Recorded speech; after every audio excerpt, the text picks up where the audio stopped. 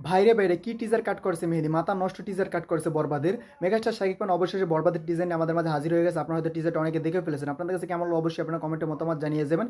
আমার কাছে কেমন লাগলো আমার ওপিনিয়ন আমি শেয়ার করতে চলে এলাম। তা জানতে হলে ভিডিও শেষ পর্যন্ত দেখতে হবে, কারণ অল্প একটু দেখে চলে গেলে আপনারা জানতে পারবেন না যে বরবাদের টিজারটা আমার কাছে কেমন লাগলো। তো চলুন ভিডিওটি শুরু করা যাক।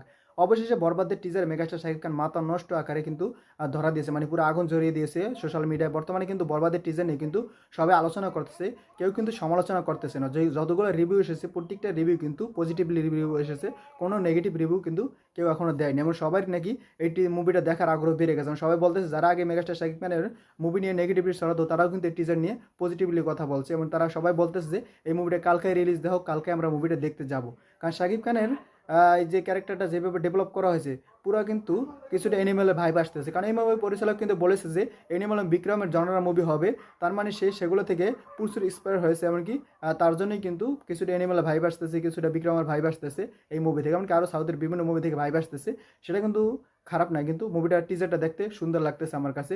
কিন্তু টিজার কিছুটা কমতিও ছিল, সেটা হলো আপনারা যদি হেডফোন লাগিয়ে টিজারটা শোনেন তখন কিন্তু আপনারা ভয়েস ওভার এমনকি সাউন্ড মিক্সিং কিছুটা প্রবলেম পাবেন। সেটা হয়তো আশা করি ফাইনাল প্রোডাক্টে ঠিক হয়ে যাবে। কি কিছু কিছু জায়গায় কালার কারেকশনও কিছু কমতি দেখা যাচ্ছে, সেটা হয়তো আমরা ফাইনাল প্রোডাক্টে আশা করি ঠিক করে দেবে মেহেদী। টিজারটা দেখে আমরা যতটুকু বুঝতে পারলাম এই টিজারটা হয়েছে শাকিব খান তার গার্লফ্রেন্ডের জন্য পুরো দুনিয়াকে বরবাদ করে দিতে চায়। তার মানে তার গার্লফ্রেন্ডের সাথে এমন কিছু হয়েছে তার জন্যই কিন্তু সে পুরো দুনিয়া বরবাদ করার জন্য প্রস্তুত হয়ে গেছে। এমনকি এখানে কিন্তু তাকে বলা হচ্ছে সে একজন ড্রাগ এডিক্টেড এবং সে একজন রেপিস্ট হিসাবে কিন্তু তাকে এখানে উপস্থাপন করা হচ্ছে। কিন্তু আসলে সে ড্রাগ এডিক্টেড কিনা সেটা কিন্তু আমরা দেখতে পেয়েছি, সে একজন ড্রাগ এডিক্ট, সে কিন্তু ড্রাগ নিতেছে। কিন্তু সে কিন্তু রেপিস্ট কিনা সেটা কিন্তু আমাদেরকে ক্লিয়ারলি করা হয়নি।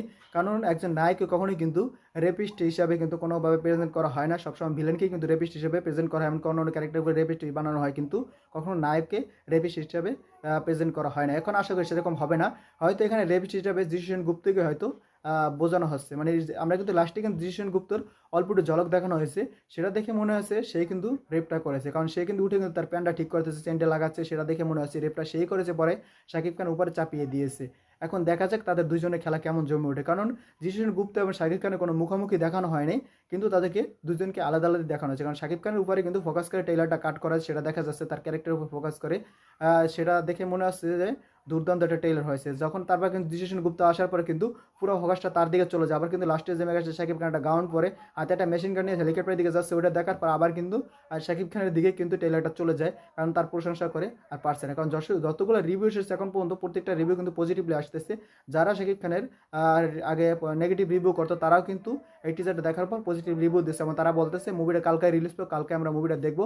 এমনকি তারা বলতেছে লাস্টে যে শাকিব খানের গাউন পরে যেই ইটা আছে ওই শটটাও যদি কেউ দেখে তাহলে কিন্তু তারা মুভি দেখার আগ্রহ বেড়ে যাবে। কারণ এই মুভিটা এখন ঈদে আসতে চলেছে, এই মুভির সাথে আছে জংলি এমনকি দাগি। আশা করি তাদেরকে এখন সরে যাওয়ার দরকার, কারণ তারা টিজারটা দেখে এখন তারা ভাববে তারা রিলিজ দিবে কি দিবে না।